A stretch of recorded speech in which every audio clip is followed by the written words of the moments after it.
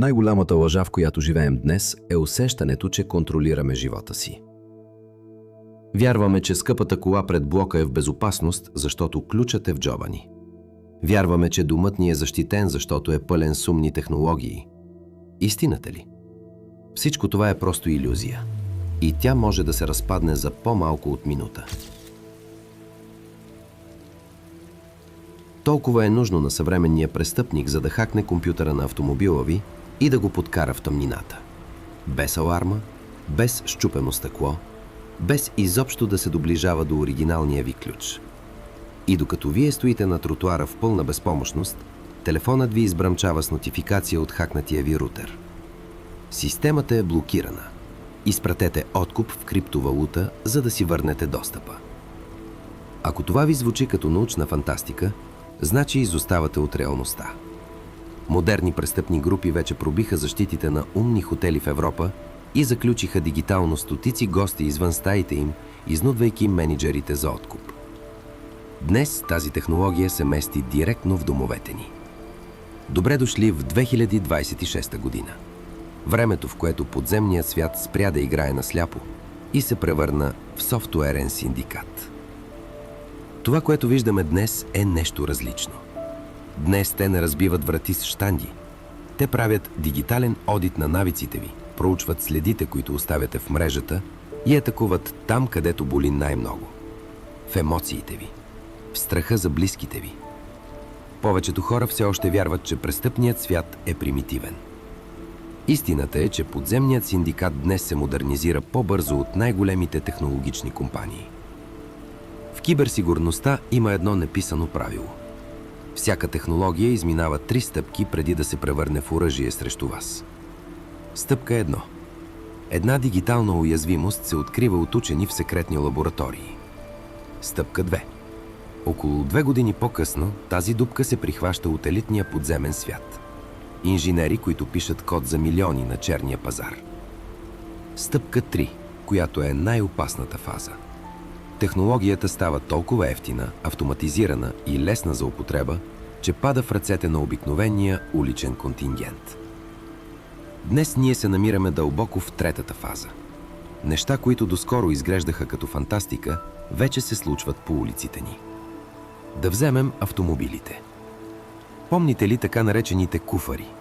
Преди няколко години беше огромен хит престъпниците да прихващат радиосигнала от безконтактния ви ключ. Това се нарича Relay Attack. Днес обаче автопроизводителите масово затвориха тази дупка. Мислите си, че колата ви вече е в безопасност? Не. Подземният свят просто премина на следващото ниво чрез така наречения CAN Injection.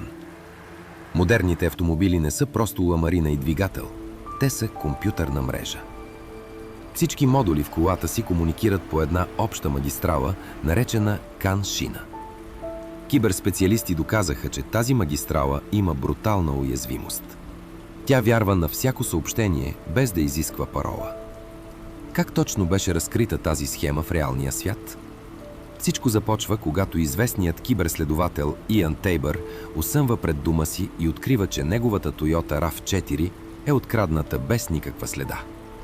Вместо да се откаже, Тейбър решава да разплете случая и се свързва с топ експерта по автомобилна сигурност Кен Тиндел. Двамата купуват електронни компоненти от фар и компютър, свързват ги на тестова маса в лаборатория и използват уред, наречен CAN Sniper. С него те анализират електронните съобщения в реално време.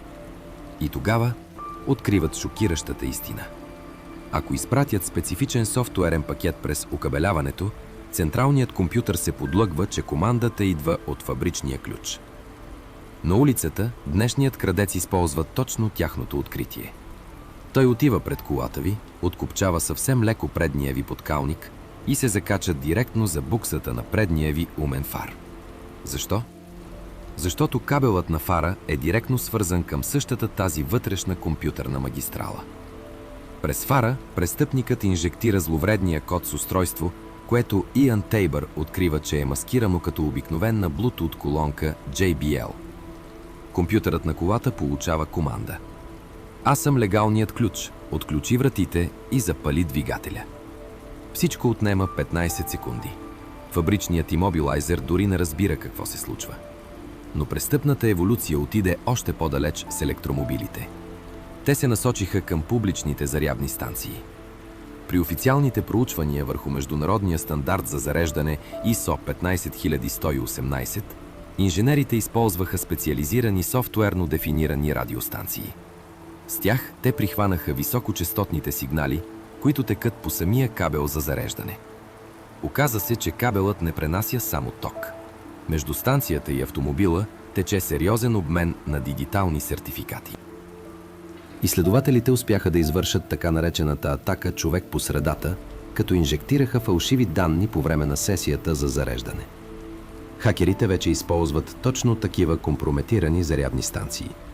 Докато вие пиете кафе, станцията използва уязвимост в паметта, превзема вътрешната архитектура на колата и копира дигиталния ви ключ. Те могат да отключат и запалят автомобила ви дистанционно седмица по-късно през телефон. Ако колата ви има GPS за проследяване, подземният свят има отговор и за това.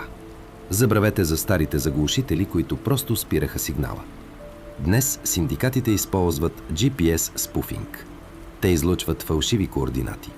На екрана на вашия телефон изглежда, че колата ви е паркирана мирно пред блока ви в София. В реалното време обаче, тя вече пътува на платформа към границата. Те буквално хакват географската реалност. И докато колите ви се хакват по кабела на фара, истинският психологически терор се случва в джоба ви. Телефонните измами претърпяха пълен софтуерен преврат. Само през 2025 година измамите с клониран глас струваха милиони на потърпевшите. Забравете замеетите актьори. Сега престъпниците използват изкуствен интелект. Учени от водещи технологични институти проведоха експеримент, за да изпробват границите на сигурността. Те изтеглиха кратки, напълно публични аудиоклипове от социалните мрежи. След това ги пуснаха през отворени невронни мрежи на обикновен потребителски лаптоп. Резултатът беше стряскащ. На софтуера днес му трябват точно 3 секунди чист гласов запис, за да клонира перфектно гласа ви. Когато вдигнете на непознат номер, вие чувате реалния глас на майка ви, баща ви или детето ви, което в паника казва: „Катастрофирах, спешно ми трябват пари“. Психологическата атака е толкова брутална, че разумът изключва веднага. Паралелно с това, същите дигитални хищници удрят и домовете ни през уязвимостите на така наречения умен дом. Те хакват ефтиния фърмуер на умния ви климатик или прахосмокачка робот. Веднъж влезли в домашната ви мрежа, те превземат умната ви ключалка на входната врата. Прибирате се вкъщи, вратата е заключена, а на телефона ви излиза съобщение: „Домът ви е блокиран, платете откуп, за да ви пуснем вътре“. Всичко това звучи плашещо, но подземният свят печели само тогава, когато вие сте в информационно затъмнение. Ето 3 прости инсайдерски хака, препоръчани от експертите, с които да затворите вратата пред тях. Номер 1. За автомобила ви.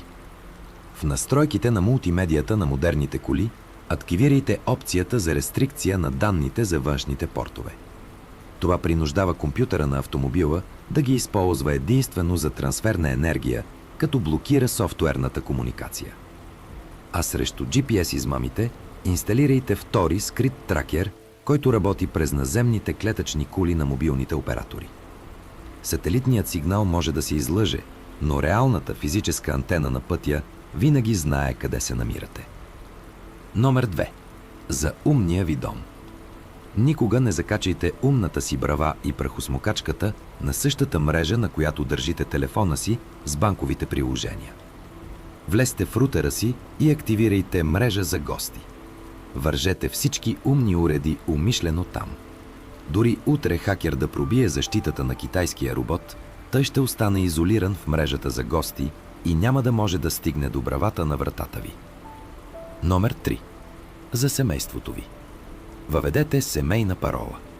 Една напълно обикновена, но тайна дума, която знаят само хората в къщата ви. Това е официалната препоръка на службите за сигурност днес. Ако утре ви звънне близък човек в паника за пари, просто го накарайте да каже тайната дума. Изкуственият интелект може да клонира гласа му перфектно за 3 секунди. но няма как да знае какво сте си казали на вечеря. Сигурността в дигиталния свят вече не е въпрос на дебела дограма и здрава ламарина. Тя е въпрос на дигитална хигиена и информираност. Ако този анализ ви е бил полезен, абонирайте се за канала Извън закона, споделете видеото с хората, които обичате и напишете в коментарите коя от тези технологии ви изненада най-много. Бъдете бдителни и останете в безопасност. До следващия епизод!